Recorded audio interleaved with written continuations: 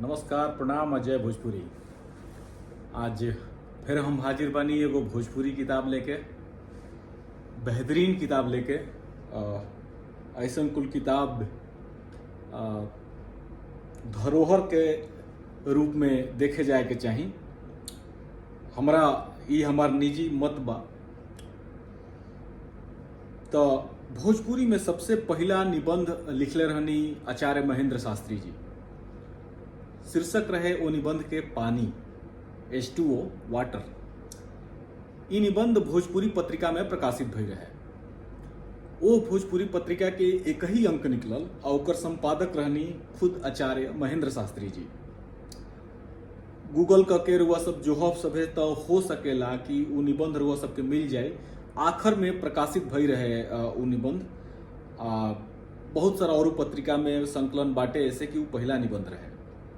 तो हम आज निबंध के बात ऐसे करे जा रहा बनी कहे से कि आज के जोन किताब बिया वो भोजपुरी के निबंध संग्रह हटे। यदि हम ये बात के और सही तरीका से कहीं तो भोजपुरी में पहला निबंध संग्रह यह किताब ही हो। किताब के नाम हो के कहल चुनरी रंगाला। लेखक हैं डॉक्टर विवेकी राय जी। प्रकाशक भोजपुरी संसद। प्रकाशन वर्ष 1968-69। ई ठेहा भोजपुरी साहित्यांगन पर। मनबोध मास्टर के डायरी अच्छछलोल राय जैसन किरदारन के जीवंत क देवे वाला, पूर्वांचल के करैल माटी के रहनिहार एगो ऐसन मुलायम साहित्यकार जिनका लेखनी से भोजपुरी आ हिंदी भाषा में कालजयी सृजना भइल बा। भोजपुरी भाषा आ साहित्य खातिर डॉक्टर विवेकी राय जी आपन सब कुछ तर्पण आ अर्पण कर दिले रहनी। यहाँ के भोजपुरी में आ भोजपुरी खातिर लिखल उपन्यास, लमहर कविता, पोखरा यहाँ के लिखल एगो लमहर कविता हो, किताबिये है अपने आप में, पुस्तिका हो। तो यहाँ के लिखल कहानी, लमहर कविता, उपन्यास, निबंध आ समीक्षा अद्भुत बना सर। रउआ सब डॉक्टर विवेकी राय जी के भोजपुरी में काम के खोज के बिन के पढ़े के चाहिए। यहाँ के बहुत पहले अपना एगो उपन्यास पर अमंगल हारी पर भूमिका में लिखले रहनी। हिंदी भाषा से भोजपुरी में उल्था माने अनुवाद, हिंदी भाषा से भोजपुरी में उल्था कईल बहुत आसान बा। बाकिर भोजपुरी से हिंदी में उल्था कईल दुरह के काम बा। यह बात के यहाँ के अक्सर ही कहले बानी। अब जैसे यही निबंध संग्रह में जब रुआ निबंधन के पढ़ब, अलग अलग निबंध बना से अलग अलग विषय पर, तो रुआ सबके मालूम पड़ी कि काहे यहाँ के यह बात के कहले रहनी, काहे ये लिखल बाटे। ई बात जो हम रुआ सबसे कहनी है, एकरा के अमंगल हारी रुआ सब सर्च करब गूगल पर तो ये जानकारी रुआ मिल जाई। कोनो बहुत लुकाई जानकारी ना हो। तो ई एगो मोटा मोटी भूमिका लेखक के बारे में, यह निबंधकार के बारे में, जो भोजपुरी के बेहतरीन समीक्षकन में से एक रहनी, वहाँ के बारे में ये जानकारी बाटे। ये किताब के काहे के पढ़े के चाहिए, हम अपना हर वीडियो में बात के बतावे नहीं कि किताब जो हम बता रहल बानी वो किताब के काहे के पढ़े के चाहिए। पहला, भोजपुरी भाषा के पहला निबंध संग्रह। जाहिर बात बाटे कि अतना बढ़न आबादी, 16 करोड़ से ऊपर आबादी वाला एगो भाषा जौना के पूरा विश्व में 25वां स्थान बाटे, भारत में 8वां स्थान बाटे अनाधिकारिक रूप से। मतलब यदि गणना होखे तो हो सकेला कि ये संख्या बदल जाए। बाकी विश्व में 25वां और भारत में 8वां स्थान वाली भाषा के पहला निबंध संग्रह हटे। ऐसे एके तो पढ़ ही के चाहिए। दूसरा, भोजपुरी भाषा में गद्य लेखन के आदर्श उदाहरण के रूप में ये किताब पढ़ी है। ये हमारा अपन मानना बाटे। अलग अलग साहित्यकार अलग अलग तरीका से जानकारी दे सकेला। बाकी एगो पाठक के रूप में हम भोजपुरी में जितना किताब पढ़ले बानी वो किताबिन में से कुछ एक किताब ऐसा बाड़ी सा जौना के भोजपुरी के गद्य शैली के गद्य लेखन में आदर्श उदाहरण मानल जा सकेला। वो में से ये एगो किताब बिया। तो एह से एकरा के पढ़े के चाहिए, कैसे कि गद्य लेखन कैसन होके के चाहिए एकरा बारे में रउआ सबके जानकारी एक किताब से मिली। तीसरा, भोजपुरी गद्य लेखन के शैली के तेवर, भवगर आ चोख अंदाज के सर्वश्रेष्ठ उदाहरण। जैसे हम कहनी यहाँ गद्य लेखन के आदर्श उदाहरण बढ़िया ये किताब। आ एकरा अलावा खाली गद्य लेखन ही नहीं, जौन ओकर लिखे के बतावे के शैली बाटे, जौन तरीका बा, जौना तरीका से वहाँ के बाइस्कोप चला रहल बानी निबंध में, मतलब निबंध कथात्मक रूप में बाटे, दर्शन के रूप में बाटे, अलग अलग इतना बढ़िया तरीका से ओकरा के सहज तरीका से परोसले बनी कि रुआ आनंद आ जाई पढ़त घड़ी ना। सामान्य रूप से लोग निबंध के बड़ा बोरियत वाला काम बुझेला, बाकी जब पढ़ब तब मालूम पड़ी कि आखिर इस शैली कैसन बिया, ये गद्य लेखन के शैली कैसन बटे, या निबंधन के लिखे के शैली कैसन बटे, ये से रुआ मालूम पड़ी। चौथा कारण, एकरा में बहुत सारा नया शब्द रुआ सबके मिली। नया शब्द मतलब कि जो आजकल प्रयोग में बहुत कम बड़ा सा, शायद नहीं सा, मुहावरा लोकोक्ति जाने के मिली। बहुत जगह ऐसा हमरा खुद कुछ एक शब्द ऐसा मिलला सा, कुछ एक वाक्य ऐसा मिलल है जौना के बारे में हमरा मालूम नहीं है, जबकि हम बहुत पढ़े नहीं, जाने की कोशिश करें नहीं। तो ये हर आदमी खातिर कुछ ना कुछ नया लेके आई, ये किताब में नया मिली। पांचवा, भोजपुरी में गद्य लेखन आ खास करके अलग अलग प्रकार के निबंध पर भोजपुरी के शब्द आ व्याकरण के पकड़ खातिर बेहतरीन उदाहरण के रूप में ये किताब बिया। यदि हमार बात मानी तो यह किताब के, यह संग्रह के, निबंध संग्रह के, यदि भोजपुरी में कहीं उच्च शिक्षा के पढ़ाई हो रहा बा तो ओजुगा लागू कर देवे के चाहिए। इतना बेहतरीन किताब बिया ये अपने आप में ये किताब संपूर्ण बिया। तो इतना खुल के बड़ाई हम बहुत कम किताब इनके करेनी, एक किताब के हम कर रहल बनी, एकरा मतलब कि एकरा में बहुत कुछ बा। अब बात किताब में, किताब के भीतर चलल जा। किताब के कवर से जब डेग आगे बढ़ी तो हिंदी भाषा में एक किताब के बिंदुवार तरीका से लिखल गई बटे। माने पहला भोजपुरी के निबंध संग्रह हटे, ओकरा में तनी हिंदी के ओहू में बड़ाई कर दियल गई बा। बाकी एगो बात पता ना काहे खटकल हटे कि एकरा में 19 गो निबंध बताओ ताटे। अब ई रुआ सब पढ़ब, हो सकेला कि हमरा से कुछ छूट गई होखे। अगला दोनों पेज पर किताब के प्रकाशक, किताब के दाम आदि के बारे में बतावल गई बा। बाकी दाम सुन के रुआ सब चिहुकी जन, ई किताब भोजपुरी साहित्यांगन पर मिल जाई तो रुआ सब के पाकिट टकटोरे के जरूरत नहीं है। एक किताब के रुआ सब भोजपुरी साहित्यांगन पर जाके डाउनलोड कर सकेनी, पढ़ सकेनी। कोनो पाकिट के खंगारे के जरूरत नहीं है, टकटोरे के जरूरत नहीं है, कुछ एने ओने तिकवे के जरूरत नहीं है। अगला पेज, खास बात की देखी, करैल माटी बार बार हम कहतानी कहे से कि यहाँ के जब निबंध संग्रह पढ़ब तो सबके मालूम पड़ी।